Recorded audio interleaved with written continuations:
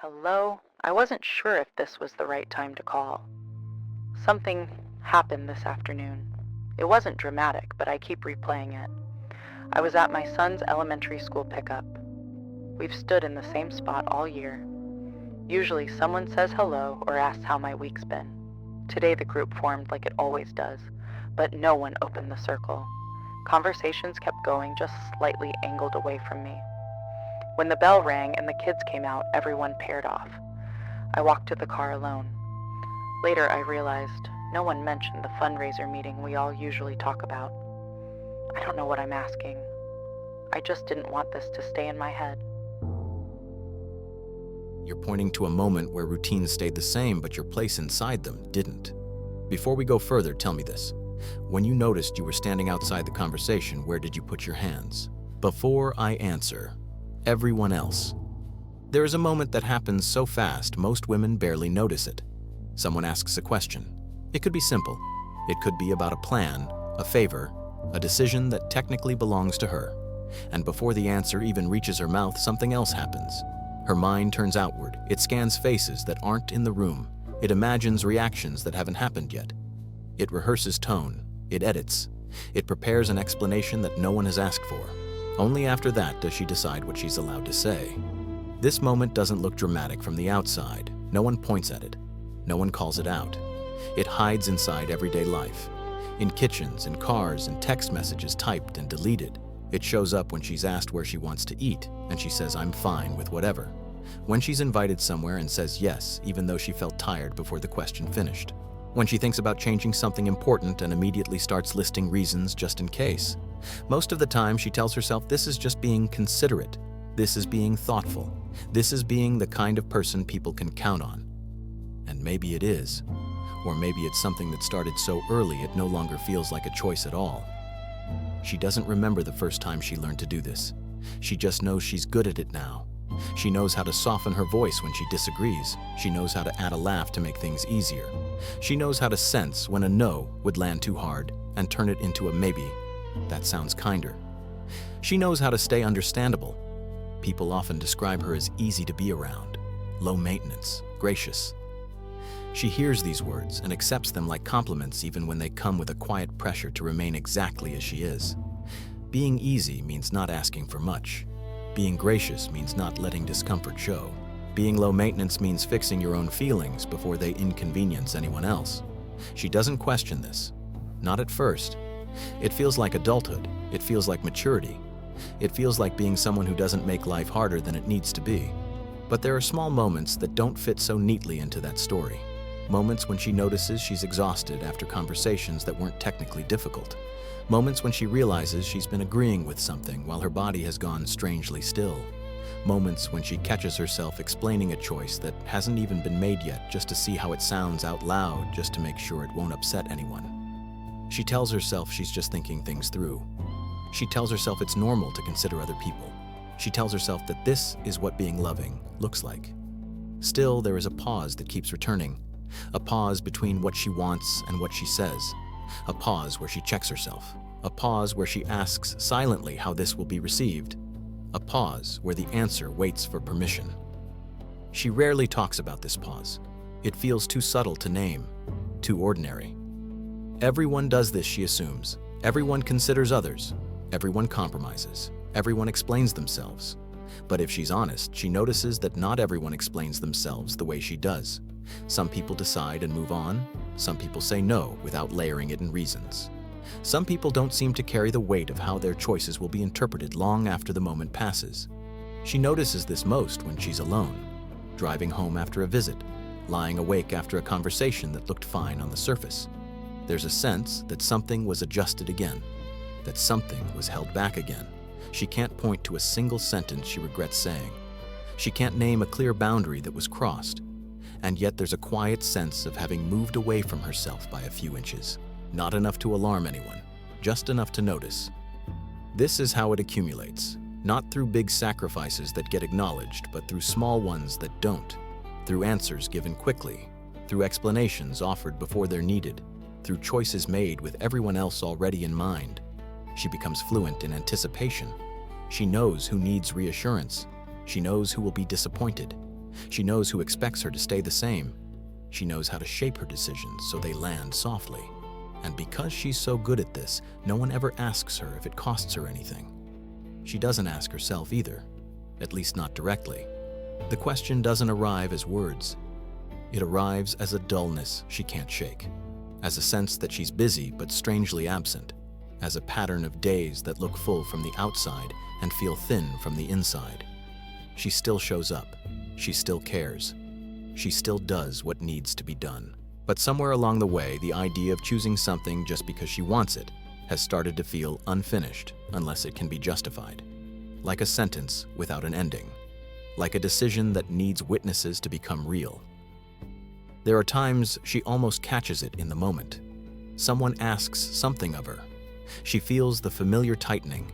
She feels the answer forming, and right behind it, the explanation. She notices the order. Answer second. Explanation first. And for a brief second, she wonders what would happen if she reversed it or removed it entirely. The thought doesn't last long. It feels risky, not dangerous exactly, just exposed, like stepping outside without checking the weather. She's not sure when choosing herself became something that required so much preparation. She just knows that when she imagines doing it without explaining, a strange quiet opens up. A quiet that doesn't feel peaceful yet. A quiet that feels like standing in a room without furniture, unsure where to sit. So she fills the space again, with reasons, with context, with consideration. She smooths it over. She keeps things understandable, and the world rewards her for it. People feel comfortable around her. They trust her. They rely on her steadiness. They don't worry about her leaving unexpectedly or changing too much. She becomes a familiar shape in their lives, one they don't have to adjust to. There is safety in that. There is belonging. There is a sense of being needed. But there is also a subtle narrowing, a sense that certain choices are off limits unless they can be framed correctly. A sense that some desires are better kept private, not because they're wrong, but because they're inconvenient to explain. She learns to tell the story of herself in ways that make sense to others. She learns which parts to emphasize and which to downplay. She learns how to stay legible. Over time, the habit becomes invisible. She no longer notices the moment she turns outward. It happens automatically, like muscle memory. The pause shortens. The explanation becomes seamless. The adjustment barely registers. Until one day, something interrupts it. It might be a question that sounds harmless but lands differently. It might be an invitation that arrives when she's already stretched thin.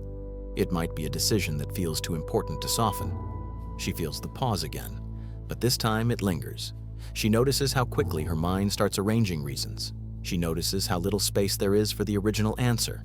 She notices that the explanation is no longer just something she offers others, but something she needs herself to make the choice feel acceptable. And for the first time, she wonders what would happen if she didn't provide it. Not as an act of rebellion, not as a statement, just as an experiment in silence. The thought unsettles her. Not because she expects anger or rejection, but because she doesn't know who she would be in that moment. Without the familiar role of being reasonable, without the comfort of being understood, without the buffer of being good. She realizes how much of her sense of herself is tied to that role, how many decisions have been shaped around maintaining it, how often she has chosen what would be easiest to explain rather than what felt most true. This realization doesn't arrive with clarity. It arrives with a quiet tension that doesn't resolve. A sense of standing at the edge of something unnamed. A sense that there is a part of her life that has been organized around other people's expectations for so long, she's not sure how to step outside of it without losing something important. She doesn't know what she would gain. She only knows what she risks losing. Approval, harmony, the image of herself as kind, loyal, dependable. She wonders if choosing without explaining would make her appear careless, or cold, or ungrateful. She wonders how quickly the story others tell about her would change, and she wonders just as quietly whether that story has been costing her more than she realized. This chapter doesn't end with a decision. It doesn't offer a turning point. It stays with the pause, with the moment before the answer, with the space where a choice waits to see if it will be allowed, because for now, that space is where she lives. How explanations become automatic. She doesn't remember deciding to explain herself so much. It doesn't feel like a habit she chose. It feels like something that grew quietly, the way a path forms when you walk the same direction often enough. At some point, the ground just gives in. At some point, you stop noticing the effort. It shows up in small ways first. A quick reason added to a simple answer. A soft laugh to signal there's no tension. A sentence that begins with, "I just want to make sure," or "I don't mean this in a bad way." None of it feels false. It feels considerate. It feels like making things easier for everyone involved. She's learned how to read the room before the room speaks. She senses when a choice might cause friction and steps around it. She anticipates questions before they're asked. She doesn't wait to be misunderstood. She clears things up in advance. At first, this makes her feel competent, capable, like someone who knows how to move through the world without causing unnecessary problems. People appreciate it. Conversations stay smooth. Conflicts rarely surface. She becomes the person others describe as thoughtful, measured, easy to talk to. No one ever says, "You explain yourself too much." No one ever asks, "Who is this explanation for?" Because from the outside, it looks like generosity. It looks like maturity. Even she believes that for a long time. She notices it most when she's making plans. Someone asks what she wants to do, and before she answers, she explains her schedule, her energy level, the reasons she might prefer one option over another. She lays out context like evidence, as if her preference needs support to stand on its own. Sometimes she hears herself doing it and almost laughs. Why am I giving a presentation about this? But she keeps going. It feels safer to finish the thought than to stop midway and sit with the quiet. The quiet has a way of feeling exposed. She's not explaining because she's unsure. She's explaining because she's used to being understood as a way of staying connected. Being clear has always felt like being kind. Leaving room for interpretation has always felt risky. So she fills the space. She fills it at work when she adds extra details to a simple request. She fills it with family when she softens decisions with history and context. She fills it in relationships when she reassures without being asked. She fills it even when no one is pushing back. Especially when no one is pushing back. Over time, explanation stops being a response and becomes a reflex. It arrives before she has time to notice whether it's needed. It becomes the bridge between what she wants and what she's allowed to say. And slowly, something shifts. She starts to feel tired in conversations that never turn tense. She feels a dullness after interactions that were pleasant on the surface. She can't trace it to a specific moment or sentence. Everything sounded fine. Everyone seemed satisfied. Still, she leaves with the sense that she gave more than she realized. It's not that she feels taken advantage of. That word feels too strong, too dramatic. No one is asking too much. No one is demanding explanations. This is the confusing part. She is offering them freely. She begins to notice that explanations don't always bring relief. Sometimes they create more space for negotiation. A reason invites discussion. Context invites debate. An explanation opens the door to persuasion. She says she can't do something because she's tired and someone suggests a workaround. She explains why she needs time, and the conversation shifts to how much time is reasonable.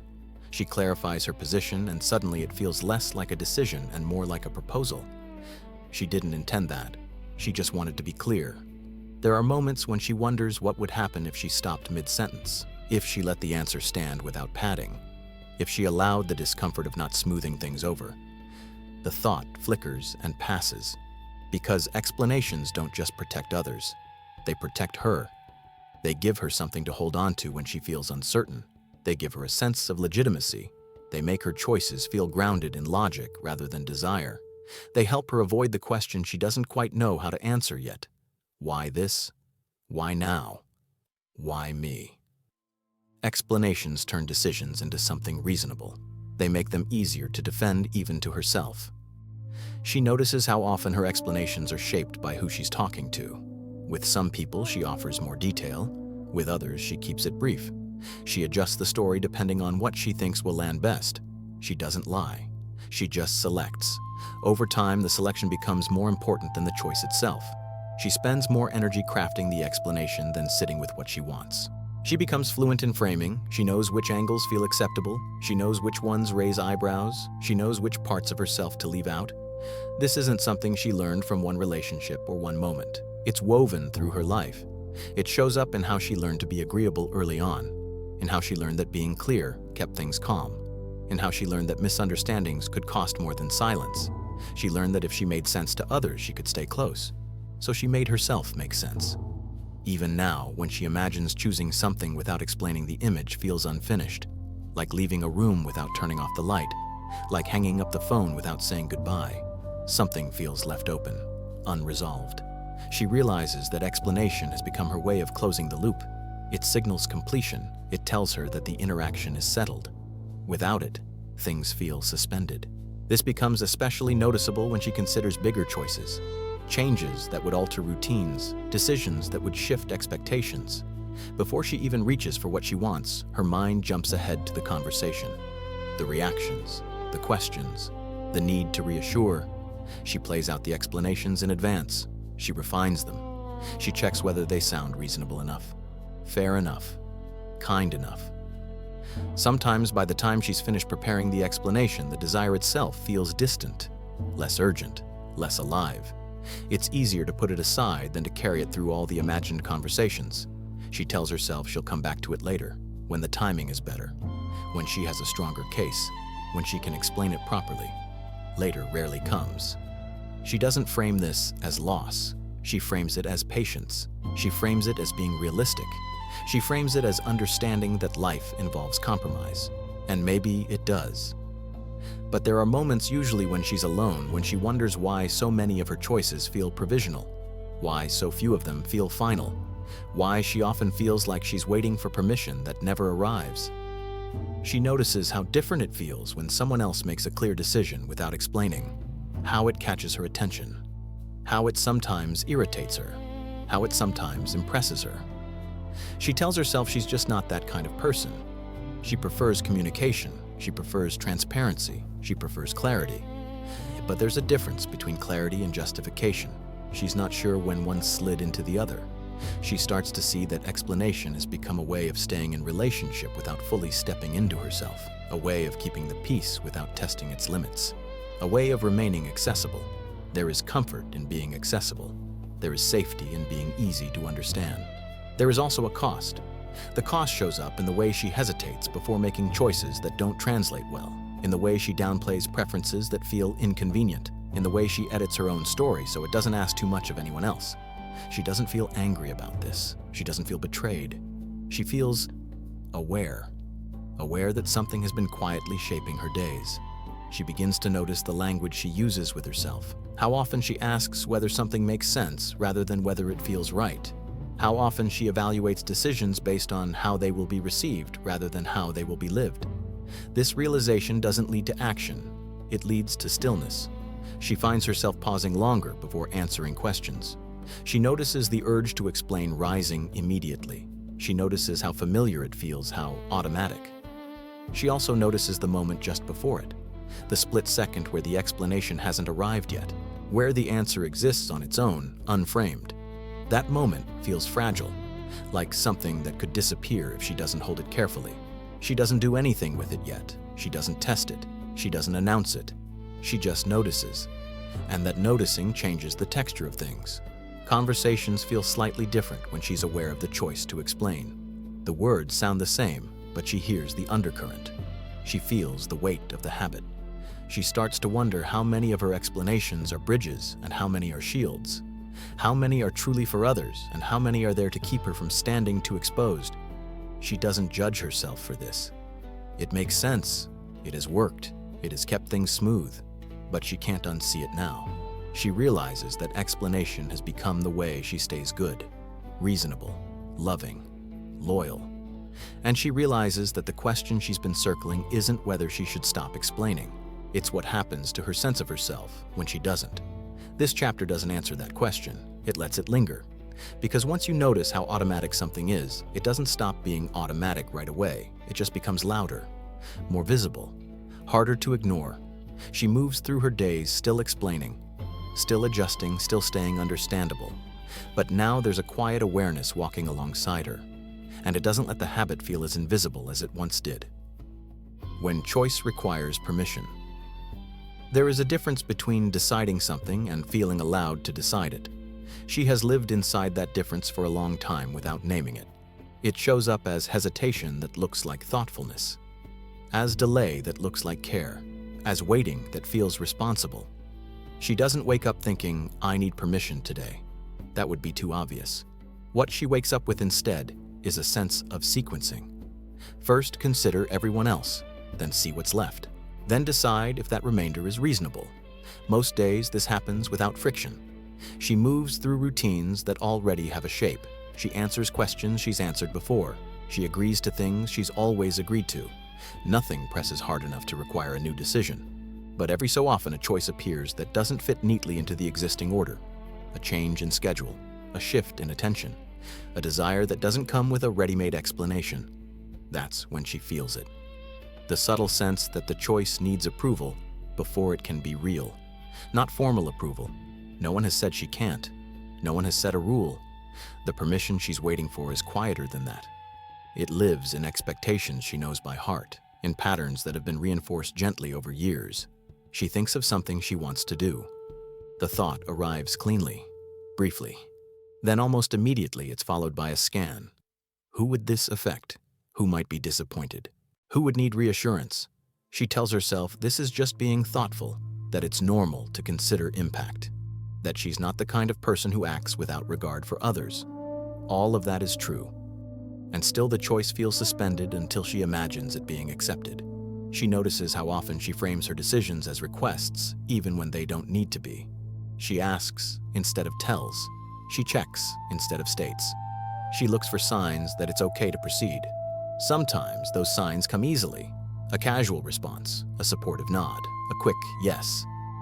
When that happens, she feels relief not because the choice was difficult, but because the permission has been granted.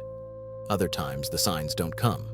The response is vague, non-committal, delayed. And she finds herself adjusting the choice before anyone has asked her to. She makes it smaller, shorter, less disruptive. She tells herself she's being flexible.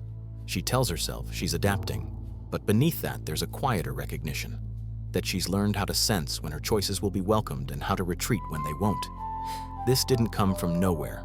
It came from years of being rewarded for cooperation, for being agreeable, for making things work. She learned that staying aligned with expectations kept things smooth. She learned that pushing too far invited tension she didn't want to manage. She learned that being easy made her valued. So she became good at it. She became good at anticipating needs, good at reading moods, good at adjusting plans before conflict could arise. She became someone others could rely on because she rarely surprised them. Surprise can feel like a risk when stability has been your role. She doesn't resent this, not exactly. It gave her a place, it gave her connection. It gave her a sense of being useful, dependable. But now, when she stands at the edge of a choice that matters to her, she notices how automatic the waiting feels, as if the decision belongs to the room, not to her. She thinks about times she has changed her mind after sensing hesitation from others. Times she has said, never mind, it's not important. Times she has reframed what she wanted to make it more acceptable. She doesn't remember anyone asking her to do that. She remembers the silence that followed her first instinct, the pause that felt like a question. She filled it. She realizes that permission doesn't always come as a clear yes or no. Sometimes it comes as comfort, as reassurance, as the absence of discomfort. And when those things aren't present, she assumes the answer is no. This assumption has shaped her more than she realizes. It has taught her which desires are safe to pursue and which are better left untouched. It has taught her to prioritize harmony over clarity. It has taught her to value approval without ever naming it as such. She notices how often she feels relieved when someone else makes a decision for her, when the path is already chosen, when expectations are clear, when she can follow without questioning. There is comfort in that. There is also a narrowing. She thinks about how rarely she makes a choice without running it through an invisible committee first, how even private decisions are weighed against imagined reactions, how she sometimes talks herself out of things simply because she doesn't want to deal with the conversations that would follow. She tells herself she's avoiding hassle, avoiding drama, avoiding unnecessary complications. But she begins to see that what she's really avoiding is the experience of standing alone in her decision. That feels heavier than she expects. Standing alone doesn't mean being isolated. It means not leaning on agreement to feel steady. It means letting a choice exist without immediate validation. She realizes how unfamiliar that feels. She has spent so long being in relationship through alignment that divergence feels like danger. Even when no one is upset, even when nothing bad happens. The risk isn't external, it's internal. It's the risk of seeing herself differently. She has always known herself as someone who is good, kind, reliable, someone who considers others. What happens to that image if she chooses without checking first? She doesn't want to become careless. She doesn't want to become distant. She doesn't want to hurt people. And yet she notices how much weight she places on maintaining that image, how often she measures herself against it, how quickly she corrects course when she feels she might be stepping outside of it. This is where the tension sharpens, because the choice itself isn't the problem. The problem is what it threatens, the version of herself that has been shaped by being acceptable, the role she knows how to inhabit. She realizes that permission has become the bridge between who she is allowed to be and who she might be otherwise. She doesn't know what the otherwise looks like. She only knows that the current arrangement feels increasingly tight. There are moments when she catches herself waiting for someone to say it's okay before she proceeds. Not because she doubts her judgment, but because she doubts her right to decide. This surprises her. She has always thought of herself as capable. She handles responsibility. She makes things happen. She manages complexity. But when it comes to her own direction, she often defers. Not to a person, to a pattern. She begins to notice how this shows up even when she's alone, how she hesitates to commit to something for herself without imagining how she would explain it later, how she keeps options open just in case. Just in case, what she isn't sure. She starts to see that permission has become a kind of internal checkpoint, a place where her choices slow down, where they wait to be approved by a standard she's never fully defined. She wonders who that standard belongs to, whose voice it carries, whose expectations it reflects. The question doesn't have an answer yet. It just opens space. She feels it when she imagines doing something quietly, without announcement, without justification, without checking how it will be received. The idea feels both light and heavy. Light because it removes so much effort. Heavy because it removes a familiar structure.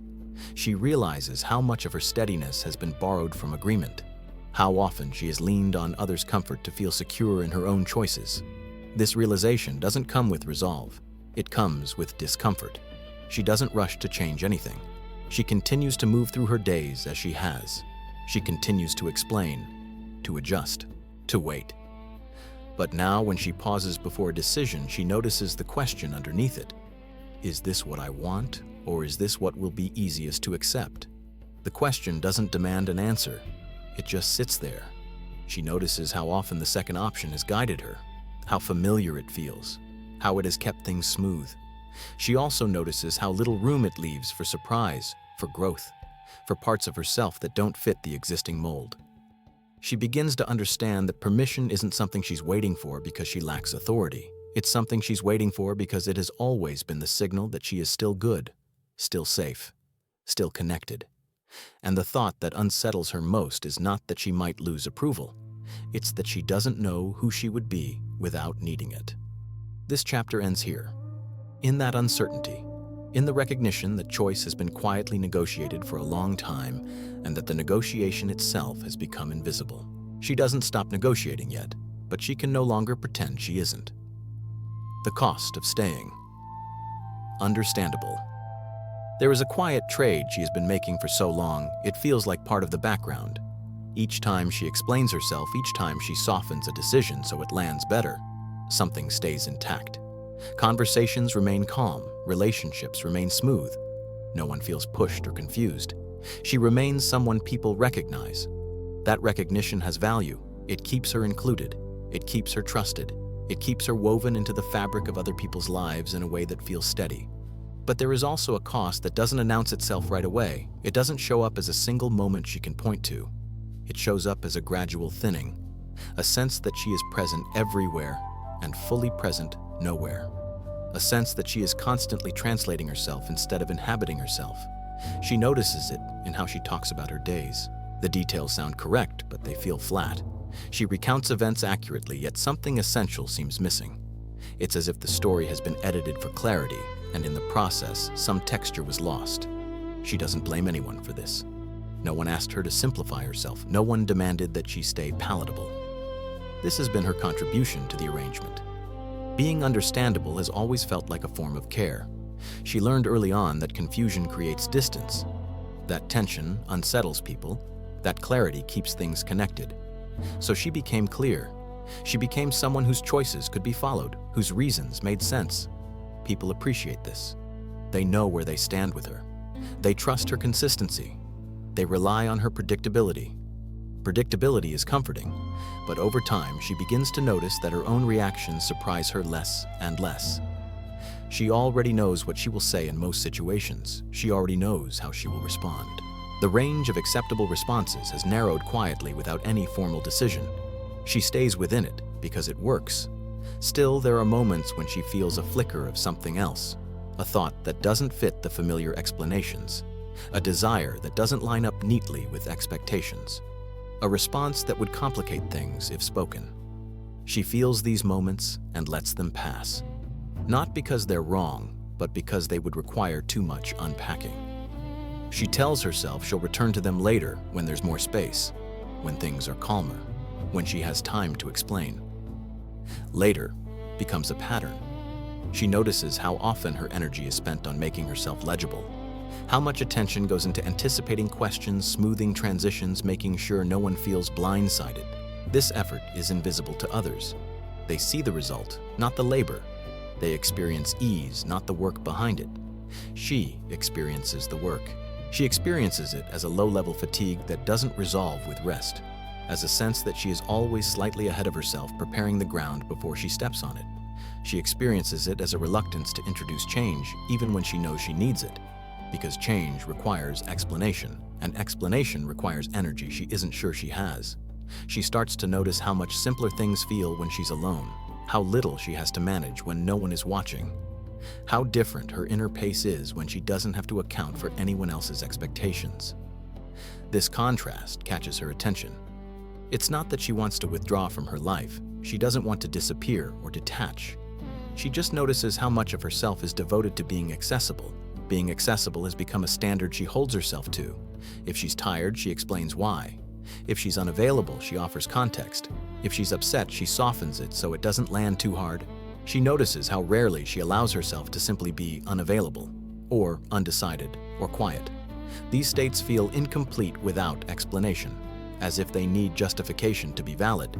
She realizes that staying understandable has shaped not just how others see her, but how she sees herself. She measures her own actions by how well they can be explained. She evaluates her choices by how reasonable they sound.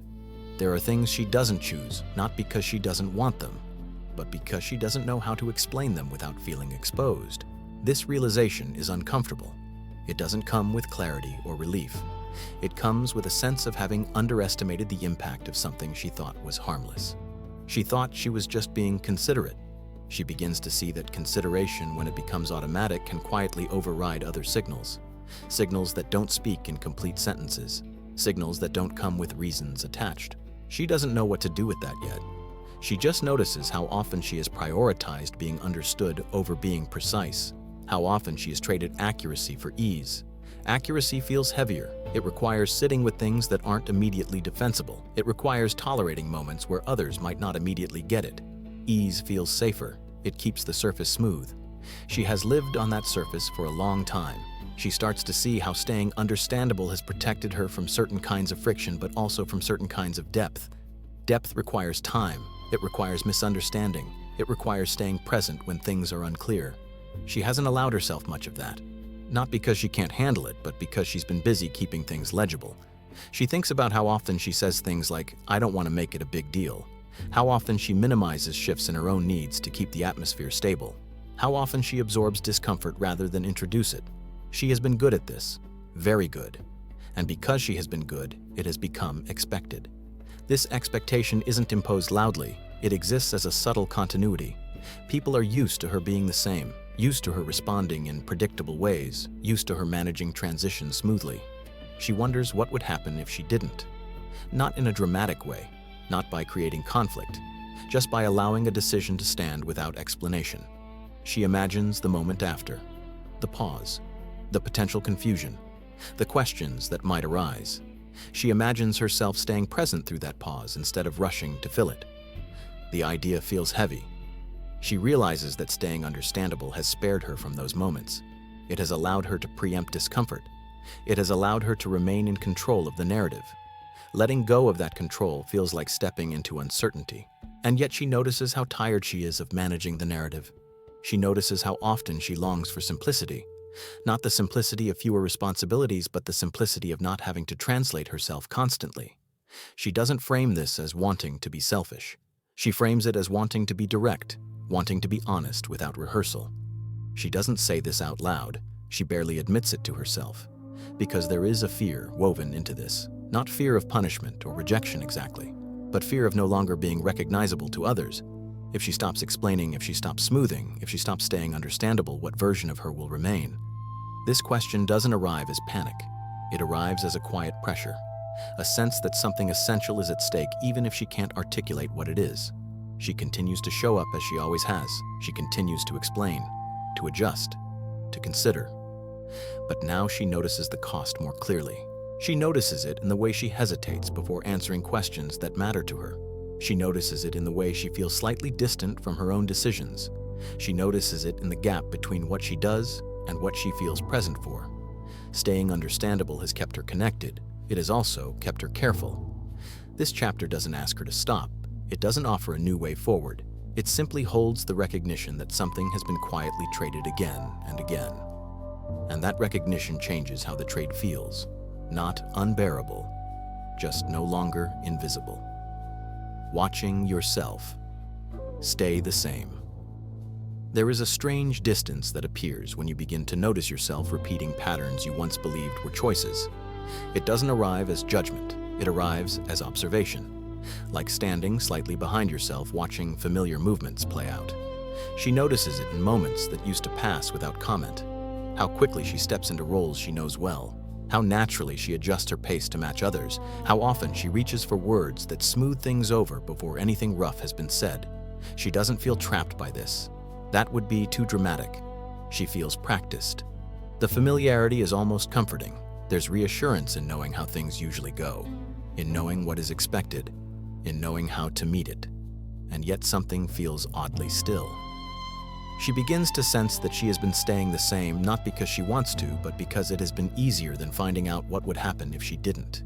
Change would require disruption, and disruption would require explanation, and explanation would require energy she has learned to conserve. So she stays. She stays in conversations that sound familiar. She stays in patterns that keep her legible. She stays in responses that don't surprise anyone. There is safety in this sameness. People know her. They rely on her consistency.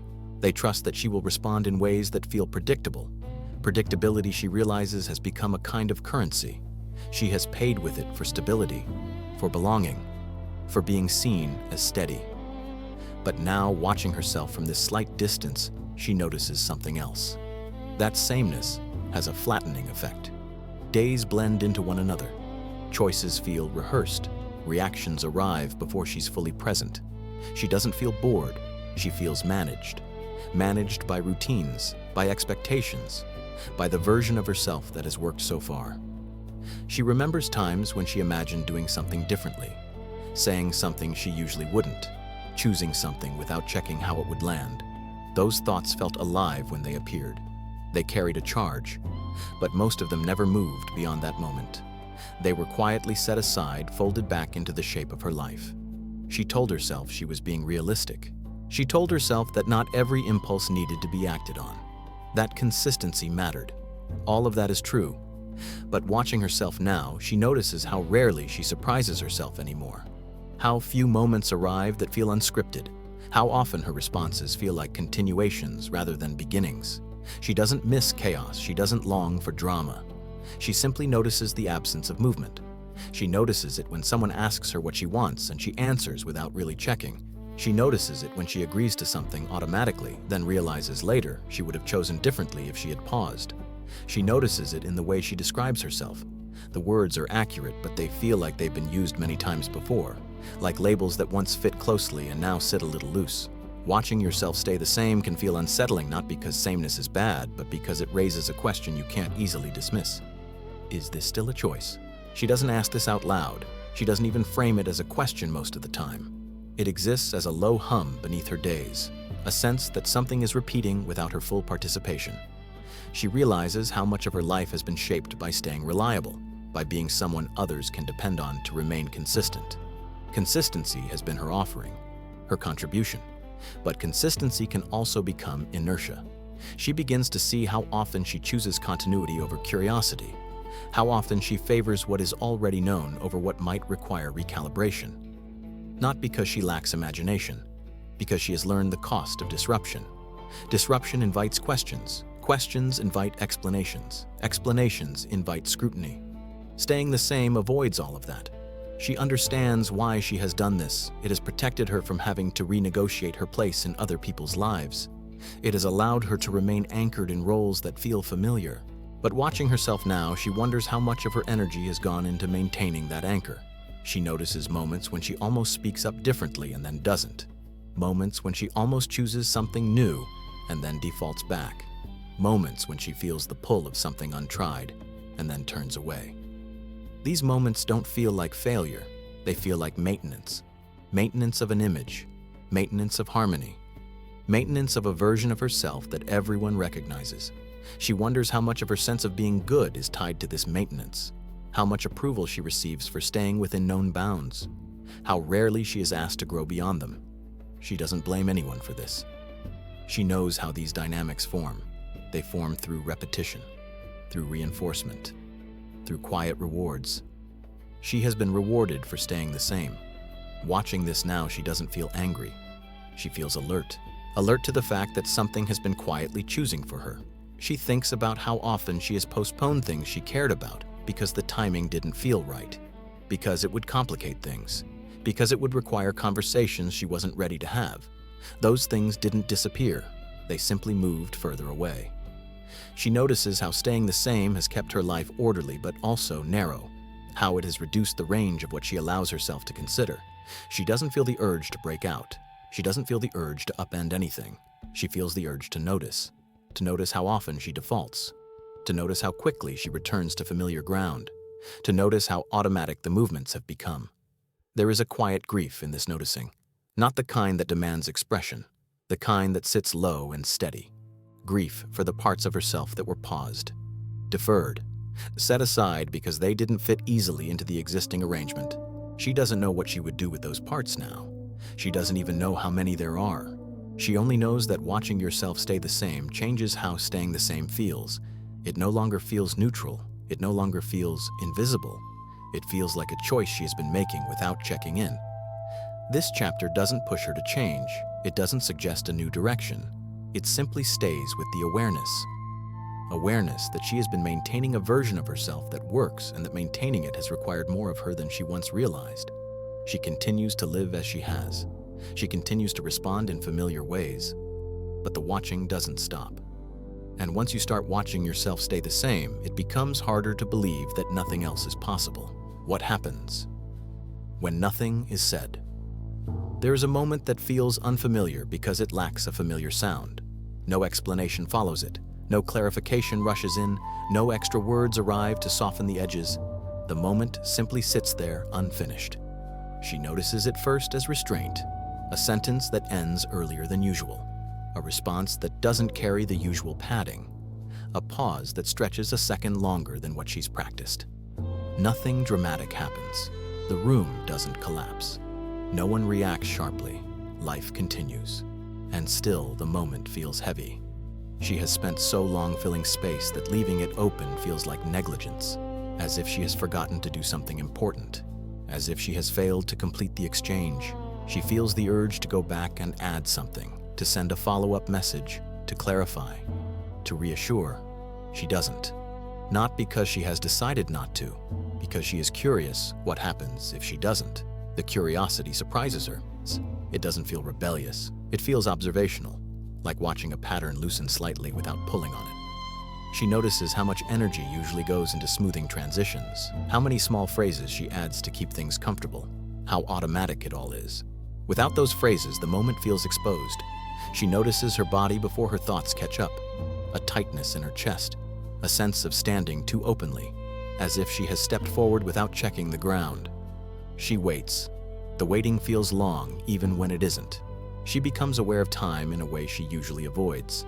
She feels each second pass instead of covering it with words.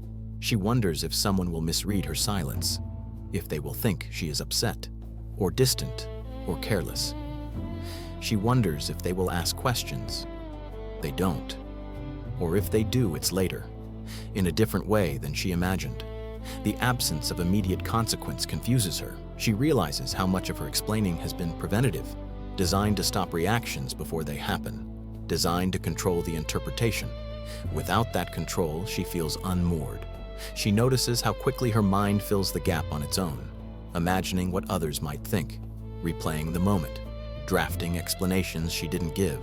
Even when nothing is said out loud, the habit continues internally. She sees this clearly now. Not speaking doesn't stop the pattern immediately. It just reveals how deeply it runs. She catches herself reaching for justifications in her own head, telling herself why she stayed quiet, making the silence make sense. She laughs at this softly. Even silence wants an explanation. She notices how much her sense of being good has relied on being communicative, clear, reassuring, available. When nothing is said, she doesn't know where to place herself. She has been taught implicitly that silence creates distance, that not explaining invites misunderstanding. That clarity is a form of care. So what does it mean to withhold explanation? The word withhold feels too harsh. She's not hiding anything. She's simply not offering it preemptively. Still, it feels like a withdrawal of something she has always given freely. She notices how quickly guilt rises in the absence of words. Not loud guilt, subtle, persistent, like a background hum. She tells herself she hasn't done anything wrong. She answered honestly. She didn't mislead anyone, and yet the feeling remains. She realizes that for a long time she has equated explanation with generosity, with effort, with love. Removing it feels like taking something away. She doesn't like that this is how it feels. She doesn't like that staying quiet makes her question herself. She stays with the discomfort instead of resolving it. She notices how often she has used explanation to stay connected, to keep herself close to others, to prevent drift. Without it, connection feels less managed. She doesn't know if that's a problem yet. She begins to see how silence exposes a different kind of truth. Not about what she wants, but about what she has been responsible for. She has been responsible for making things easy, for making transitions smooth, for ensuring others don't have to guess. Without speaking, she is no longer doing that work. She notices how much of her presence has been active, proactive, always a step ahead. Silence requires a different posture, one that doesn't anticipate, one that waits. Waiting feels passive to her. She has learned to value responsiveness, to fill gaps, to stay engaged. She worries that waiting will be mistaken for disengagement. She worries that people will read meaning into her quiet that she didn't intend. She worries that she will be misunderstood. These worries don't turn into action right away. They hover. She sits with them longer than she usually would.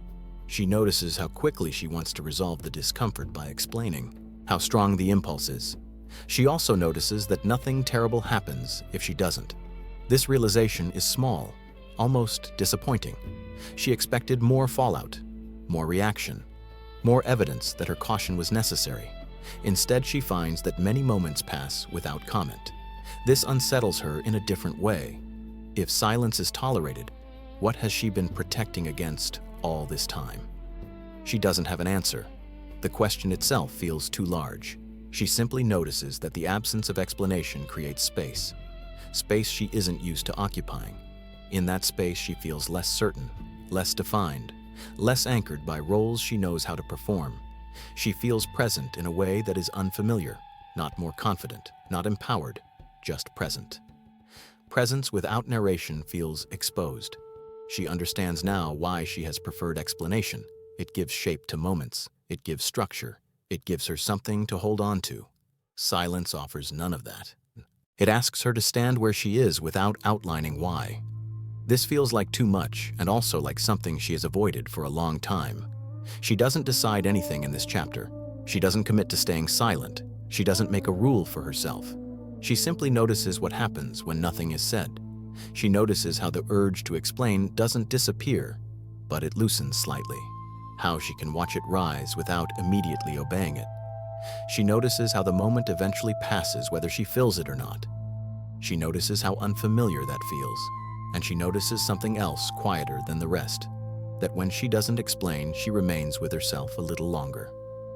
Not in a triumphant way, not in a resolved way, just long enough to feel the weight of her own presence before the world responds.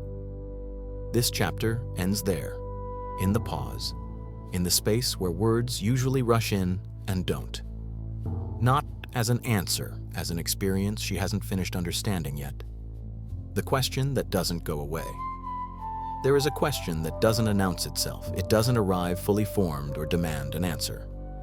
It shows up quietly, usually after everything else has been taken care of. It appears when the day is technically done, but she is still awake, when the house is quiet, when the conversations have ended, when there is nothing left to respond to. The question doesn't ask what she should do next. It asks something more unsettling. Who would I be if I stopped explaining myself? She doesn't ask this with urgency. She doesn't ask it with courage. She asks it the way you touch a sore spot to see if it's still there. The question lingers because it doesn't point anywhere obvious. There is no clear image of a different life waiting on the other side, no fantasy of freedom, no dramatic alternative, just the absence of something familiar. She notices how much of her sense of being good has been tied to being understood, how often she has equated clarity with care, how much reassurance she has offered without being asked. She notices how deeply this has shaped her idea of loyalty.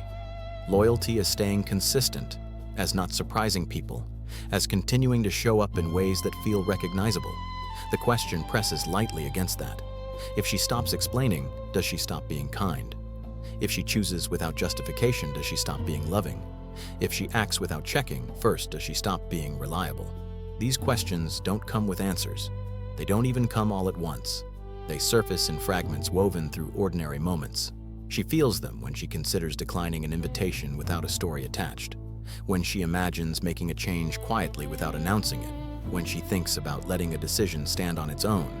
She notices how quickly her mind fills in the possible judgments, how easily she imagines being seen as distant or selfish or cold. She realizes that these images have kept her in place more effectively than any rule ever could. She doesn't challenge them directly. She just sees them.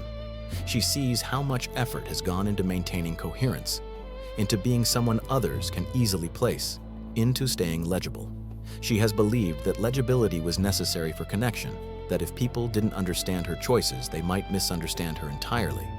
But now, after sitting with silence, after watching herself stay the same, after noticing how much explanation has shaped her days, the question takes on a different texture. What if understanding has been doing more work than connection? What if being understood has been a substitute for being present? She doesn't push this thought far. It feels fragile, like something that could break if handled too quickly. She simply notices how often she has used explanation to anchor herself in others' perceptions, how much steadiness she has drawn from being seen in a certain way. Without that anchor, she feels slightly unsteady, not lost, just unbraced. She notices how often she checks herself against an invisible standard, whether she is still being fair, still being generous, still being the person people expect. The question asks what happens when that standard loosens. She imagines moments where she chooses and lets the choice exist without commentary, without preface, without apology.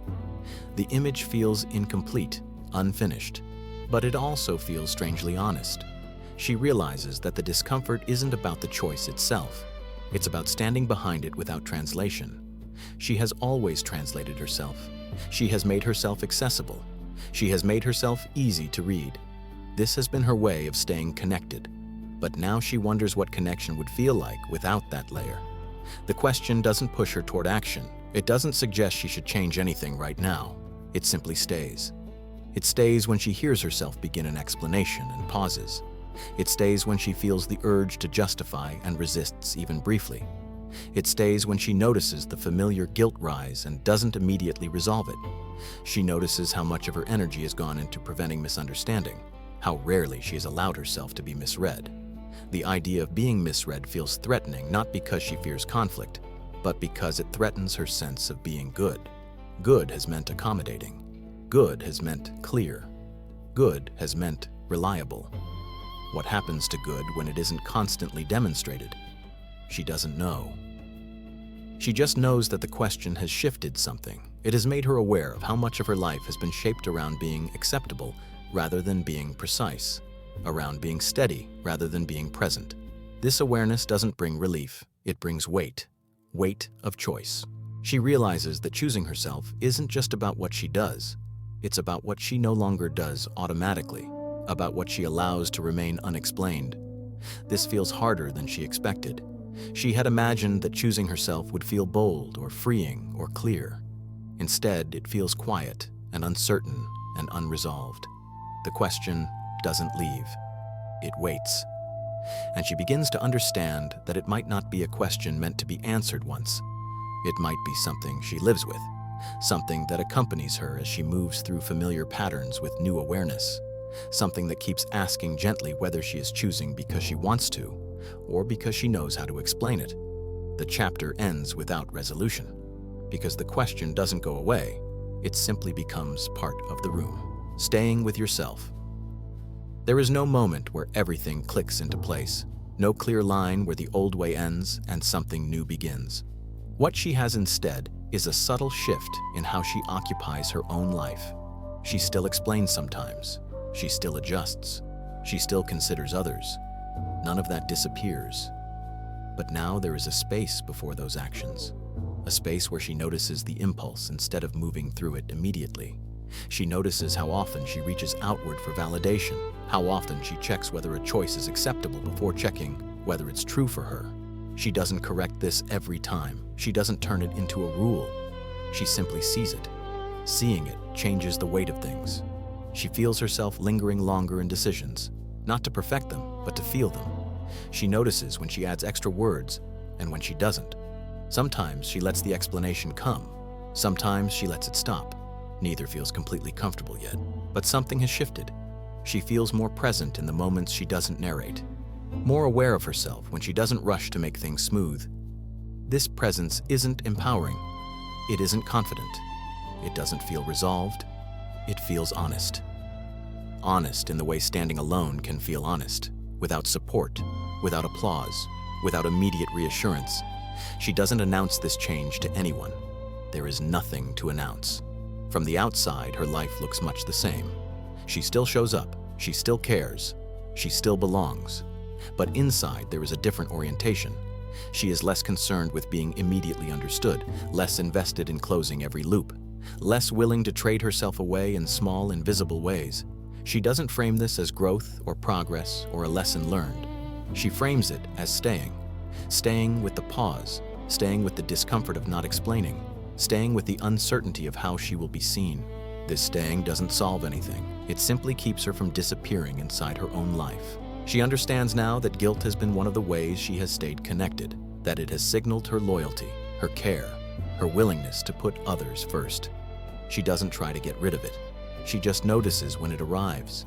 She notices that guilt doesn't always mean she's doing something wrong. Sometimes it just means she's doing something unfamiliar. This realization doesn't free her. It steadies her. She doesn't need to become someone else. She doesn't need to reject who she has been. She just needs to remain present when she chooses, even when that choice isn't explained, even when it isn't understood, even when it leaves things slightly open. She learns that she can survive that openness, that the world doesn't fall apart when she doesn't fill every gap, that relationships can hold a little uncertainty. She also learns that she can hold herself briefly without translating who she is. This is not an ending, it's a posture, a way of standing inside her life with less narration and more presence. The question still lives with her, but now it doesn't pull her outward, it anchors her where she is, and that quietly changes everything without announcing a thing. After saying all of this out loud, which part of that afternoon feels hardest to describe now? When you picture yourself walking back to the car, what stayed with you after everything went quiet? And what do you notice when you don't try to explain that moment to yourself? Thank you for letting me talk without fixing it.